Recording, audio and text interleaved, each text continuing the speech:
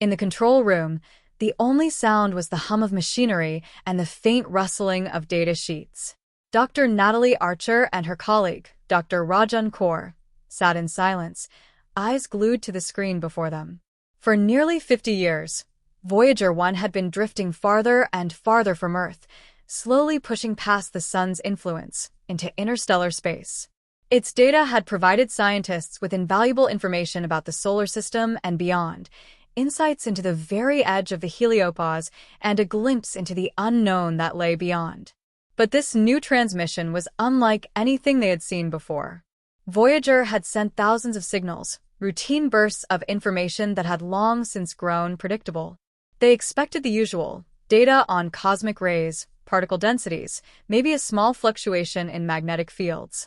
Instead, the signal they were receiving was erratic, pulsing with an almost organic rhythm that seemed intentional. It wasn't simply data or static, but something more structured, a pattern that pulsed with an unmistakable sense of urgency. Natalie leaned forward, her brow furrowed in concentration. She adjusted the settings, isolating the odd pulse from the background noise. "Are you seeing this?" she asked, her voice barely a whisper. Raja nodded, his eyes wide with surprise. "It almost looks like it's trying to communicate with us. But Voyager's power reserves are nearly depleted. It shouldn't be able to send signals like this." For several hours, the two scientists worked in near silence, deciphering the strange signal. They ran it through every program, every algorithm they had. They compared it to known cosmic ray signatures, looked for interference patterns, and even cross-referenced it with every frequency Voyager had used before. But nothing fit. The pulse was unique, cycling in ways that suggested not only intelligence but something more, an attempt at communication. After painstaking analysis, a fragment of the message became clear. The signal was simple, almost rudimentary, as though it had been encoded by something that understood communication but was struggling to translate its intent into something humans could understand. The message, stripped down, read, "Warning. Do not cross the boundary." Natalie and Rajan stared at each other, a mix of wonder and fear in their expressions. "A warning? Against what?" Rajan murmured, his voice tinged with awe. He had studied the heliopause his entire career, theorizing about what lay beyond the bubble of the sun's influence. But a warning? That was something he had never expected. Natalie's mind raced. The heliopause, they had theorized, was simply the region where solar winds collided with interstellar particles, creating a sort of buffer zone between our solar system and the rest of the galaxy. But what if it was more than that? What if it wasn't just a boundary but a threshold, something set up to protect whatever lay beyond? As the days passed, word of the transmission spread, reaching scientists, governments, and the general public. The response was electric. For decades, humanity had dreamed of crossing into interstellar space, of exploring the galaxy beyond the sun's reach. And now they had received a warning, a caution from an unknown source at the edge of the cosmos. Speculation ran wild. Some believed it was a natural phenomenon, a product of Voyager's interactions with unknown forces. Others claimed it was proof of intelligent extraterrestrial life. Soon, a global coalition was formed, a project unlike any other in history. A new mission was planned, a ship built with technology far more advanced than Voyager. This time, they would send a vessel capable of reaching the heliopause and surviving whatever lay beyond. The craft, christened the Odyssey, was equipped with every technological advance humanity had to offer. It would carry a team of scientists, engineers, and communication experts, led by none other than Dr. Natalie Archer and Dr. Rajan Kaur. Their mission was simple: follow Voyager's path, cross the boundary, and uncover the truth behind the warning. As the launch date approached, Natalie found herself spending long hours alone in the lab, poring over Voyager's data, looking for any clues that might prepare her for what lay ahead. She analyzed the pulse pattern, studying every variation, every subtle shift. And slowly, a theory began to form in her mind. What if Voyager's transmission wasn't a warning from an alien species, but from something else entirely? What if it was Voyager itself? It sounded impossible, even to her own ears. Voyager was an advanced piece of technology, but it was still a machine, incapable of thought or intention. And yet, the signal's rhythm, its intensity, felt almost desperate. It was as though Voyager had encountered something beyond its comprehension, something that defied the programming it had been given, and had somehow found a way to express that confusion, that fear. On the day of the launch, Natalie stood before the Odyssey, gazing up at the sleek, gleaming structure that would carry her into the unknown. Rajan joined her, his face set with determination. They exchanged a silent nod, a wordless promise to face whatever awaited them with courage and resolve.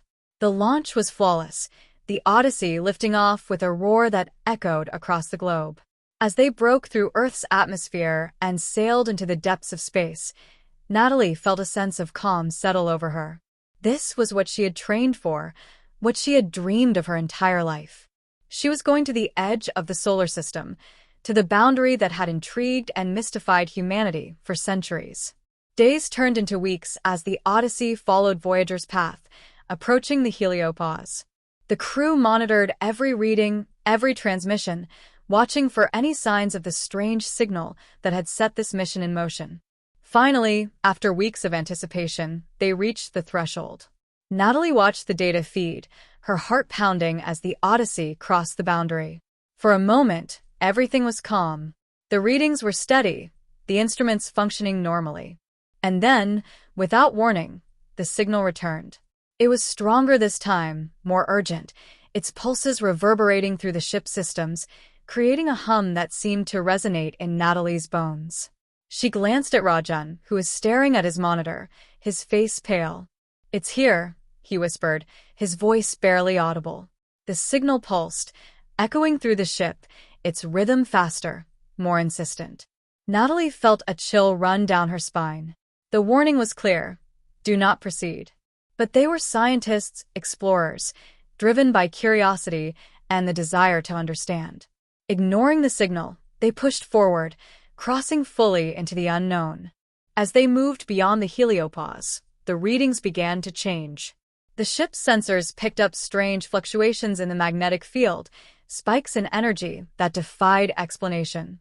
And then they saw it, a shimmering, translucent barrier stretching across the cosmos, an ethereal wall of light that seemed to pulse in time with the signal. Natalie stared in awe, unable to comprehend what she was seeing. The barrier was beautiful, a radiant veil that glowed with a light that seemed to come from within. But as they approached, the signal grew louder, the pulses more frantic, as though trying to warn them of the danger. Ignoring her instincts, Natalie ordered the ship to move closer, determined to understand the barrier. They inched forward, the light growing brighter, the signal reaching a fever pitch. And then, just as they crossed the threshold, everything went dark. The ship's systems shut down, the lights flickering out, leaving them in complete darkness. The silence was oppressive, the weight of the unknown pressing down on them. And then, in the darkness, a voice spoke, a voice that seemed to come from everywhere and nowhere at once. "You have crossed the boundary. You are not welcome here." The voice was cold, devoid of emotion, and yet filled with a power that sent a chill down Natalie's spine. She felt a sense of dread settle over her, a realization that they had ventured into a place they were not meant to go. As the lights flickered back on, the crew found themselves in a vast, empty void, a place devoid of stars, of light, of anything familiar. They were beyond the heliopause, in a realm that defied the laws of physics, a place where reality itself seemed to bend and twist. And as they drifted through the darkness, the voice returned, echoing through the ship. "You were warned." The lights flickered, casting eerie shadows across the control room as the voice echoed through the Odyssey, chilling Natalie and her crew to the core. Each syllable held an ominous finality, like the toll of a distant bell, ringing with warning and regret. They had crossed a boundary not meant for humankind, and now they were trapped in a realm that defied explanation. Natalie's hands trembled slightly as she adjusted the controls, attempting to stabilize the ship's systems. The monitors flickered erratically, displaying strange symbols and unfamiliar data streams. Rajan leaned over, his face pale but resolute. He pointed to a section of the display where the numbers were shifting in a way that made no sense according to any physics they knew.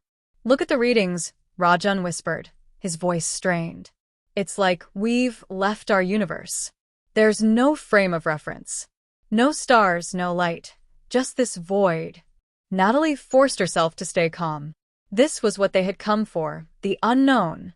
But never in her wildest dreams had she expected something like this, a place where the very fabric of space seemed to be alive, reacting to their presence with a dispassionate, almost mechanical intelligence. A sudden jolt rocked the Odyssey, sending Natalie stumbling into her seat. Alarms blared, red lights flashing as the ship's systems struggled to process the force surrounding them.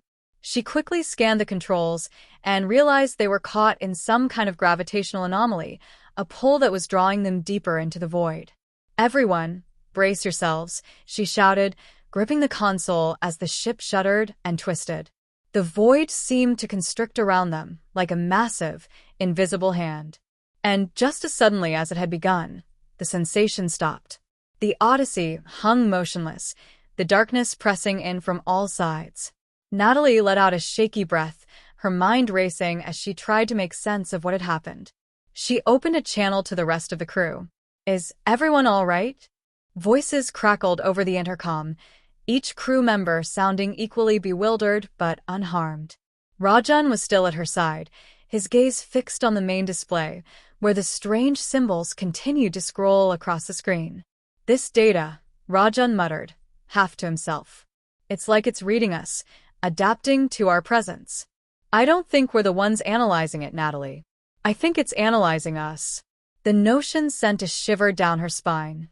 She had prepared for the unknown, for alien life, for phenomena beyond human understanding. But being studied, probed like specimens by an intelligence far beyond their own, that was something else entirely.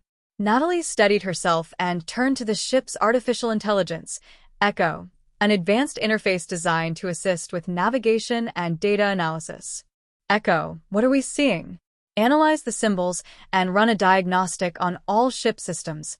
The AI responded with a soft chime, and for a moment, the symbols on the monitor seemed to pause, as if they, too, were observing Echo. Then, slowly, new symbols began to emerge on the screen, this time in patterns that almost resembled a language. Analyzing, Echo responded, its synthetic voice calm, even as the strangeness of their surroundings deepened. The symbols display structural complexity and repeat in sequences resembling language. Attempting translation, the crew waited in tense silence as Echo processed the symbols. Outside, the void remained vast and motionless, an endless expanse of darkness stretching beyond what the ship's sensors could register. Then, after what felt like an eternity, Echo spoke again. Message deciphered, partial translation only. "Welcome. Anomaly detected in spatial boundary. Identity unknown. Purpose unknown. Proceed with caution." Natalie exchanged a look with Rajan. "Welcome," she repeated, disbelief coloring her voice. "It's welcoming us?" Rajan shook his head slowly. "I'm not sure welcome is the right word. It's more like an alert, like we've triggered some kind of alarm." He leaned closer to the monitor, studying the patterns with growing fascination. "This space, it's artificial. It was created for a purpose, maybe as a checkpoint or a containment zone. And whatever's here, whatever intelligence runs it, is watching us." Natalie frowned, her curiosity battling with a deep-seated unease. "So we're in a sort of interstellar quarantine? But why? What's so dangerous beyond this place that we're being stopped from reaching it?" As if in response to her question, the symbols on the monitor changed again, morphing into new patterns that shifted and pulsed. The voice returned, its tone as cold and mechanical as before. "You are outside permitted space. Return to your origin." The command was unmistakable, laced with authority and a sense of finality. Natalie took a steadying breath, gripping the edge of the console as she met Rajan's eyes. "We've come too far to turn back now," she said, a note of defiance in her voice. "This is history. We need to understand what's out here, and if there's something dangerous beyond, we need to know why." Rajan hesitated, torn between the thrill of discovery and the unmistakable danger they were facing. But he trusted Natalie, and he shared her drive to push forward, to unlock the secrets of the universe. With a quick nod, Natalie activated the ship's thrusters, guiding the Odyssey deeper into the void. The ship responded smoothly, its systems humming as they crossed farther into forbidden territory. Almost immediately, the environment around them changed. The darkness gave way to swirling patterns of light, ghostly tendrils that twisted and coiled like living things. The monitors registered intense energy spikes, fluctuations that defied the known laws of physics. And then, just as suddenly, a shape materialized in front of them, a vast, shimmering structure that stretched across their path like a barrier. It was transparent, yet solid, its surface flickering with strange, geometric patterns. Natalie could feel its presence, an immense power radiating from it, an intelligence that dwarfed anything she had ever encountered. Echo's voice broke the silence. Anomaly detected. Structure is composed of unknown energy. Scans indicate it is an artificial construct of extreme sophistication. Caution is advised. The barrier seemed to pulse, as if responding to their arrival. The symbols on the monitor shifted, forming a new message. Final warning. Cease advance. Return to origin or face consequences. Rajan swallowed, his face pale. Natalie, I think we should listen. But Natalie's eyes were locked on the barrier, her mind racing. She could feel it, a presence beyond the barrier, something vast and ancient, something that called to her curiosity. It was as if she stood at the edge of an immense cliff, staring into the depths of an ocean she had only glimpsed in her dreams. With a deep breath, she made her decision. We didn't come all this way to turn back now. She keyed in the command, pushing the Odyssey forward. The ship's sensors screamed with data, blaring with warnings as they neared the barrier. And then, just as they were about to cross it, the barrier flared with blinding light, engulfing the ship in an overwhelming brilliance. Everything went silent. The hum of the engines, the steady beeping of monitors, everything was gone. Natalie felt herself drifting, weightless, as if suspended in a vast, endless void. And then, she heard the voice again, but this time, it was softer, almost sad. You have crossed into the unknown. There is no turning back. When Natalie opened her eyes, she was somewhere else entirely. The control room, the ship, her crew, all were gone. She was standing in a vast field of stars, floating in a space that seemed both infinite and confined. She could feel the presence, the intelligence that had stopped them, surrounding her, observing her. And, in that moment, she understood. She was in the presence of something ancient, something that had watched the universe unfold, that had seen the birth and death of stars. It had placed the barrier there, a boundary to protect both its realm and those beyond. The voice spoke once more, resonating deep within her. You were warned. Now you must understand. And as the light around her faded, she was filled with visions of galaxies, of civilizations rising and falling, of forces so immense they defied comprehension. She saw worlds beyond imagining, places where life took forms she couldn't begin to understand. And she understood that this intelligence, this ancient being, had created this barrier not out of malice, but out of necessity. The universe, it seemed, was far more dangerous than she had ever realized. When she awoke, she was back on the Odyssey, the crew around her, staring with wide eyes. Rajan was at her side, his face filled with concern. Natalie, are you okay? She nodded slowly, her mind still reeling from the experience. She looked at the barrier ahead, now pulsing with a gentle light, a silent reminder of what lay beyond. With a heavy heart, she keyed in the command to reverse course, guiding the Odyssey back toward the heliopause. They had found the edge of the known universe, and though they had been warned, they had also been granted a glimpse of the infinite mysteries that lay beyond.